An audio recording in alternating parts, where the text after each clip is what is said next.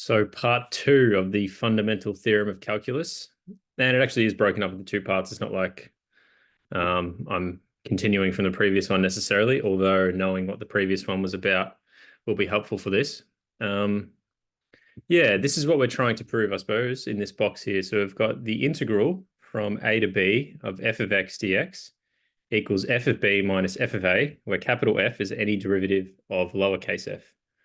Okay, so this would be quite challenging to wrap our head around, but we'll do our best. We're going to need to know a few things first. So let's sort a few things out off the bat. So the first thing we need to know about is what's called the indefinite integral. And this basically says if I take what's called the indefinite integral of some function f of t dt, then this capital F of t is some antiderivative of f of t. And then we have to have this plus c here because when you take the antiderivative of something, you've got that plus c, that constant term that could be there. Yeah, and obviously, just to be clear, this indefinite integral is when we don't have any bounds. So there's no bounds between which we're taking the integral of this. We're just saying, generally speaking, an antiderivative of f of t dt is capital F of t plus c.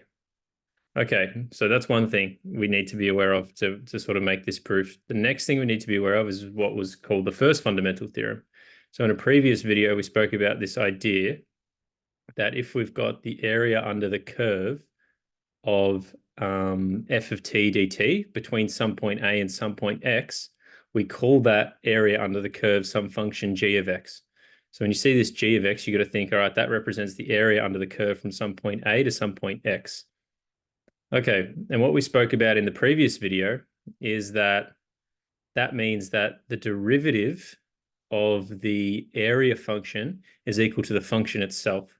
And I'm going to make another video that sort of gives you an intuition for that. But basically, the rate of change of area with respect, the rate of change of area with x is equal to the value of the function at that point x. So as I said, I'll make another video explaining why that might be the case. But in this case, the area is increasing at the same rate that the function is at that point. Okay, anyway, so that's another key point. That was from the previous video. The next thing we have to say is this, and this is where it gets very tricky. So we're saying that the derivative of the area function equals the original function itself.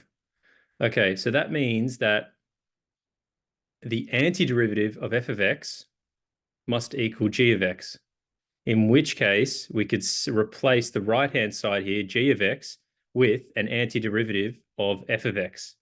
So that's why this g of x on the right-hand side has been replaced by a capital F of x plus c. Okay, so it's sort of the reverse situation of this. If I was to take the integral of f of x, the integral or the antiderivative of f of x, that would give us g of x. So I've replaced the right-hand side with capital F of x plus c, again, where capital F is any antiderivative of lowercase f.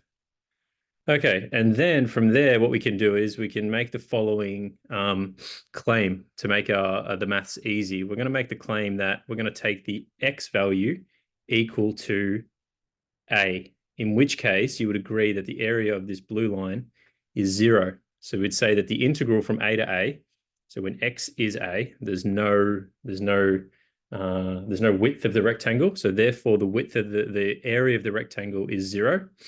And we saw that if we replace this upper bound a, or we replace the upper bound x with upper bound a, okay, and wherever there was an x there was an x over here. So there's an a here. So now there must be f of a plus c. Okay, so now just looking at this part, f of a plus c equals 0. If we just solve that, we can see that c must equal negative f of a. If we just solve this part here, we can see that that constant is equal to f of a. Okay, so we're almost there. So the last part says this. We just substitute it back in. So we're just saying, all right, we worked out what c was. So the integral from a to x of f of t dt is equal to f of x minus f of a.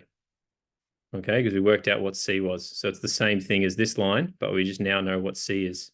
And then finally, we can say the following. Obviously, we can just change the letters that we use essentially. So we can say, all right, therefore the integral between some point A and some point B is equal to, is the integral of f of x dx must be equal to f of b minus f of a.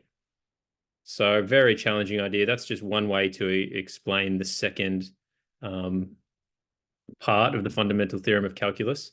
But yeah, very important idea. You know, in words, if we were to sort of summarize it, we might say that the rate of change, or what we would say is that the integral underneath some function, so the area underneath some function between some point A and some point B is equal to an antiderivative evaluated at B minus the antiderivative evaluated at A. And then that will give you the area underneath the curve. So a very challenging idea, but a very, very important and revolutionary idea, really. So hopefully that made some sense.